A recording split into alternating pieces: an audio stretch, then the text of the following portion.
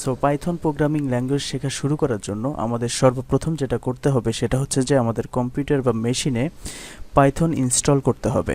এখন Python install করার জন্য আমাদের যেটা করতে হবে সেটা হচ্ছে যে ব্রাউজারে গিয়ে লিখতে হবে python.org। সো আমরা এই ওয়েবসাইটে আসলাম। এখানে আসার পর আমরা ডাউনলোডে ক্লিক করব। ডাউনলোডে ক্লিক করার পর আমরা এখানে দেখতে পাচ্ছি download the latest version for Windows. এখানে আমরা দেখতে পাচ্ছি পাইথনের লেটেস্ট যে ভার্সনটি রয়েছে 3.11.2, আমরা এই ভার্সনটি ডাউনলোড করব। সো ডাউনলোড হয়ে গেছে, এখন আমরা এটা ক্লিক করছি। সো এখানে আমাদের যে কাজটি অবশ্যই করতে হবে সেটা হচ্ছে যে অ্যাড পাইথন টু পাথ, এই চেকবক্সটি মার্ক করে দিতে হবে। সো এখন কাস্টমাইজ ইনস্টলেশন। সো এখানে আমরা দেখতে পাচ্ছি যে অপশনাল কিছু ফিচার রয়েছে, যেমন হচ্ছে যে ডকুমেন্টেশন। পিপ হচ্ছে যে পাইথনের বিভিন্ন প্যাকেজ ইনস্টল এবং ডাউনলোড করার জন্য ব্যবহৃত হয়।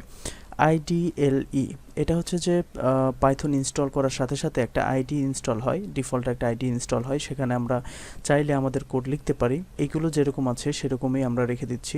নেক্সট, এখানে আরেকটি কাজ করবেন, সেটা হচ্ছে যে install Python for all users, এটা টিক দিয়ে দিবেন। তাহলে যেটা হবে যে আপনার উইন্ডোজে যত ইউজার আছে সবাই এই পাইথনটা ইউজ করতে পারবে।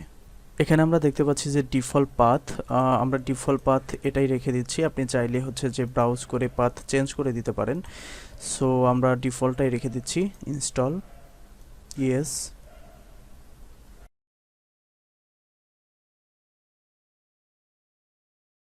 Set up was successful, close করে দিচ্ছি।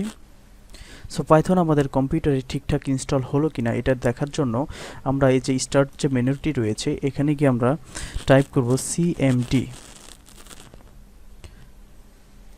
এটা হচ্ছে যে উইন্ডোজের কমান্ড প্রম্পট।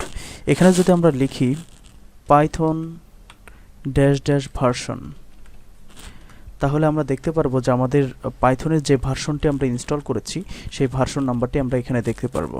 সো এখানে আমরা দেখতে পাচ্ছি পাইথন 3.11.2। সো আমরা চাইলে এই কমান্ড প্রম্পটেই কিন্তু পাইথনের কোড লিখতে পারি। সেটা কিভাবে? সেটার জন্য আমাদের যেটা লিখতে হবে সেটা হচ্ছে যে পাইথন লিখে যদি আমরা ইন্টার চাপি তাহলে আমরা দেখতে পারবো যে এখানে তিনটি অ্যারো চিহ্ন দেখতে পাচ্ছি। সো এটাকে বলা হয় হচ্ছে ইন্টারেক্টিভ শেল। সো এখানে চাইলে আমরা কিন্তু সরাসরি আমাদের পাইথন কোড লিখতে পারি। যেমন এখানে যদি আমরা লিখি